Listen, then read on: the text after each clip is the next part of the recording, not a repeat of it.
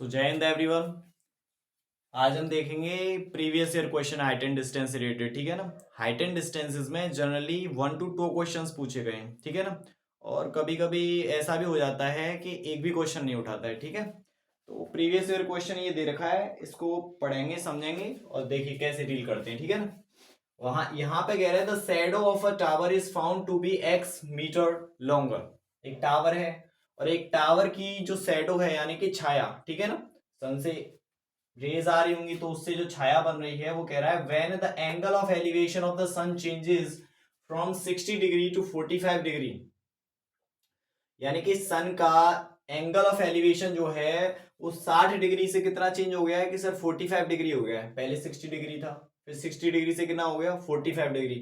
तो जब वो 60 डिग्री से 45 डिग्री हुआ है तो वो कह रहा है कि छाया जो है, टावर की जो इमेज छाया है वो कितनी मीटर ज्यादा हुई है कि सर एक्स मीटर ज्यादा हुई है। ठीक है ना। उसके बाद कह रहा है if the height of the tower is, अगर टावर की हाइट ये है तो पूछ रहा है कि एक्स की वैल्यू किसके इक्वल होगी। ठीक है। सपोज करिए ये आपका टावर है, ठीक है ना। ये आपका टावर है और यहाँ पे कुछ एंगल्स बन रहे होंगे। सपोज करिए यहां से एक एंगल बन रहा है और एक एंगल यहां से बन रहा है। तो 45 डिग्री कहां से बन रहा होगा और 60 डिग्री कहां से बन रहा होगा। एक तो आप अंदाजा लगा सकते हो कि एक्स मीटर जो है वो छाया बढ़ गई है। इसकी जो छाया है भाई इसके इक्वल भी हो सकती है, इससे कम भी हो सकती है और इससे ज्यादा भी हो सकती है। अकॉर्डिंग टू टाइम डिपेंड करता है कि शैडो बड़ी है, छोटी है या बराबर है। ठीक है ना। अब यहाँ पे जो है आप जितने पास जाओगे, टावर के जितने नजदीक जाओगे उतना आपको ऊपर देखने की जरूरत पड़ेगी। तो एंगल ऑफ एलिवेशन क्या करेगा कि सर बढ़ेगा। आप यहाँ पे होगे तो एंगल ऑफ एलिवेशन यहाँ से देखोगे तो देखने में आसानी होगी टावर को। फिर और पास जाओगे कि सर और आंख उठा के देखना पड़ेगा, और पास जाओगे यहाँ से तो और ऊपर देखना पड़ेगा, यहाँ से और ऊपर देखना पड़ेगा। तो आप जितने पास जाओगे एंगल उतना बढ़ेगा। अब इसका मतलब क्या है कि इसमें दो एंगल्स दे रखे हैं। पहले एंगल था 60 डिग्री और 60 डिग्री से कितना हो गया कि सर 45 डिग्री।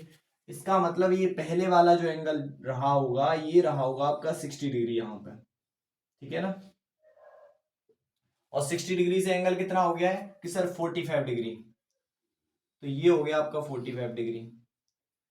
तो भाई साहब यहाँ पे एक चीज और बोल रहा है आपसे कि जैसे ही एंगल 60 से हुआ आपका 45, तो व्हाट, ये जो टावर है ना इसकी ये जो पड़ रही है ना, ये इमेज है, छाया है इसकी शैडो, ये जो नीचे बन रही है ये जो है ना ये बढ़ के ये एक्स मीटर और बढ़ गई है। पहले 60 डिग्री का एंगल बन रहा था तो इतनी थी, उसने तो पता ही नहीं है कि भाई ये एक्चुअल में ये कितनी है। लेकिन उसने ये जरूर कहा है जैसे ही 60 डिग्री से एंगल 45 डिग्री हुआ है तो उसकी जो छाया है अब ये इतना बढ़ा हुआ पार्ट जो है वो कह रहा है एक्स ज्यादा हो गया। कितना ज्यादा हो गया है एक्स। तो इस एक्स की वैल्यू पूछ रहे हैं। ये बन गया आपका फिगर। अब क्वेश्चन को हम ट्रीट कर सकते हैं। मान लो कुछ भी, this is A B C and this one is D. एक चीज और दे रखी है क्या कि सर हाइट दे रखी है टावर की। तो this is your tower A B. Height क्या है इसकी 5 और ये आपकी 3 + √3। ठीक है ना। क्या करोगे, अरे लेट कर लो यार, इसको इसको वाई लेट कर लो। ठीक है ना। और दो ट्रायंगल दे रखे हैं, बहुत ही आसानी से देखो। This one is the one triangle A B C. दूसरा क्या है कि सर ए बी डी। ठीक है ना। दोनों में काम करेंगे। तो सबसे पहले मैं बात कर रहा हूं ट्रायंगल ए बी सी में। ठीक है। ट्रायंगल एबीसी में ये एंगल है और ये वाली साइड और इसको लेके चलेंगे। तो ये 60 डिग्री के सामने का क्या हो गया कि सर ये हो गया परपेंडिकुलर। नीचे वाला क्या होता है बेस, टेन ही लगेगा। तो टेन 60 डिग्री इक्वल्स टू ये हो गया आपका सर 5 और ये 3 + √3। ठीक है ना, अपॉन वाई। टेन 60 की वैल्यू कितनी होती है कि सर √3 होती है। इक्वल्स टू ये क्या होगा 5 3 + √3 अपॉन वाई। तो ये √3y हो जाएगा। सपोज करिए ये 5 यहीं पर है, मैंने इन दोनों में से √3 कॉमन ले लिया तो यहां √3 आ गया आपका कॉमन। √3 से अब 3 में डिवाइड दोगे तो 3 को क्या लिख सकते हो √3 मल्टीप्लाई √3। तो एक √3 बार कट जाएगा। ठीक है। प्लस √3 का √3 में दोगे तो 1 आएगा। तो यहां से y की वैल्यू क्या आ गई कि सर यहां से आपकी जो y की वैल्यू है वो आ गई आपकी √3 से √3 कट जाएगा तो 5 √3 + 1। ओके। अब अब सर दूसरे वाले ट्रायंगल में बात करेंगे, ट्रायंगल ए बी और डी। एक्स तो लाना ही पड़ेगा आपको क्योंकि एक्स की वैल्यू निकालनी है, ठीक है।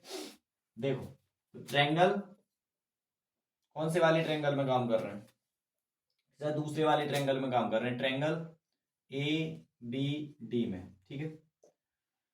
ए बी डी में कौन सा एंगल बन रहा है कि सर 45 डिग्री, इसके सामने का ये परपेंडिकुलर, नीचे वाली पूरी साइड बेस, पूरी साइड यहां से लेकर यहां तक, तो यहां से यहां तक एक्स और ये वाई, तो टोटल क्या हो जाएगी कि सर जोड़ोगे तो एक्स प्लस वाई, ठीक है। लगा दो tan 45 degree equals to 5 3 plus root 3 perpendicular, ठीक है ना, ये वाला, और ये बेस एक्स प्लस वाई। तो भाई साहब tan 45 की वैल्यू आपको पता होती है, कितनी होती है कि सर एक होती है, तो रखो एक बराबर ये क्या सर 5 प्लस 3 रूट 3, सॉरी 5, और ये अंदर है ब्रैकेट में 3 प्लस रूट 3।